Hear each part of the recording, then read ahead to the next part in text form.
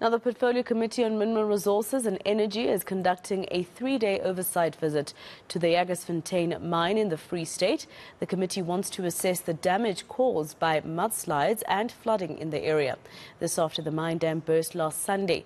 At the same time, desperate family members are continuing their search for their loved ones. Let's go to reporter Manqoba Mchunu, who has been following the developments in the area, and he joins me now live. Manqoba, I believe that the Premier of the Free State, Sisi Ntombela, was also there for that oversight visit by the Portfolio Committee on Mineral Resources. Did you get a chance to speak to her about what happened there? This is the second time she's visiting the area. What does she say?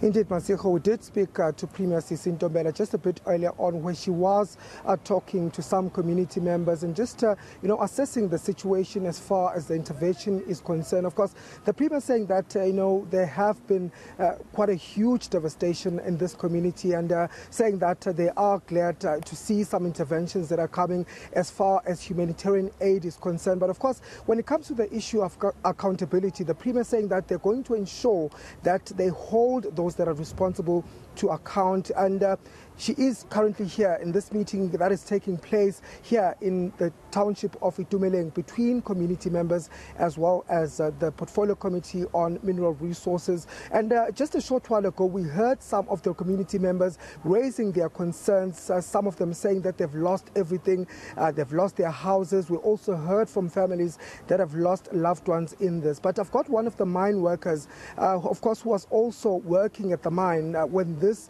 particular incident occurred. They've also been sharing some of their issues as far as the mine is concerned, the flouting of regulations is concerned. So I'm going to bring him into this conversation, Masiko, just to speak to us about this. Baba, thank you very much for your time. Let's start with the working conditions. You were talking here about some of the bad working conditions that you're exposed to as miners. Yes, thank you, Mr. I am Boitumelo Pofolo. I am one of the employees at Jagersfontein Development. Our conditions there at working at the mine are very much bad.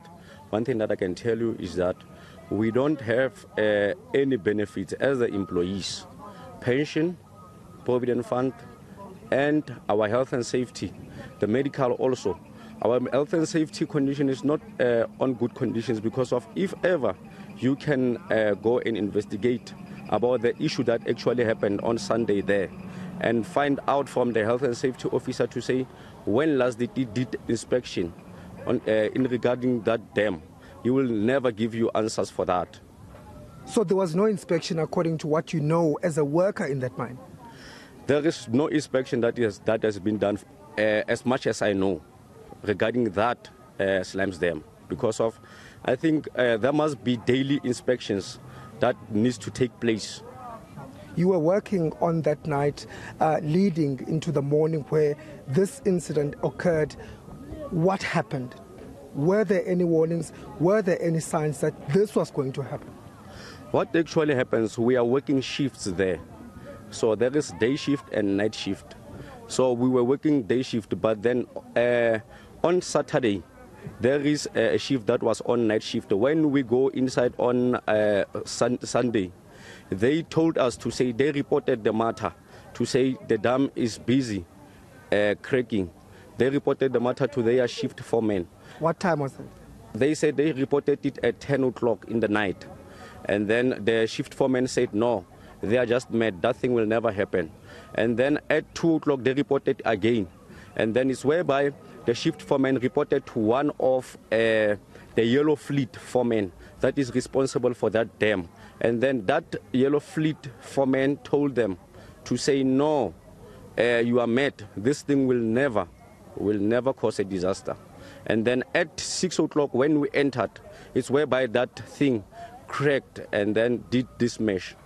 So you're saying that the mine knew, you had warned, the workers had warned the mine that this was going to happen? That's exactly my point. The employees reported to the shift foreman of that night to say the dam is busy cracking, and then he just ignored it. In terms of work, you also work at the mine. What are they telling you now? Are you back at work? What is happening with that?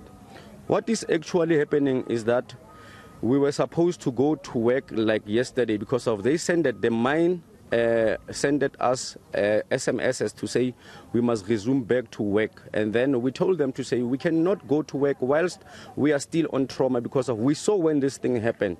And then at least when they can tell us about cancelling first.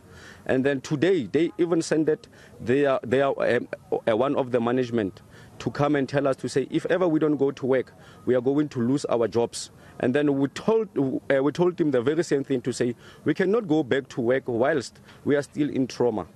Okay, well, thank you for speaking to us. Well, Masiho, that's just one of the mine workers at the mine. Of course, saying that the mine knew. They were warned hours before this happened, but they simply ignored it. They did nothing about this. Mm-hmm. Quite harrowing details there from that mine worker, warnings from the morning that the mine was cracking until that happened. Manqoba Mchunu live for us in Jagersfontein in the Free State. Let's leave it there for now. Well.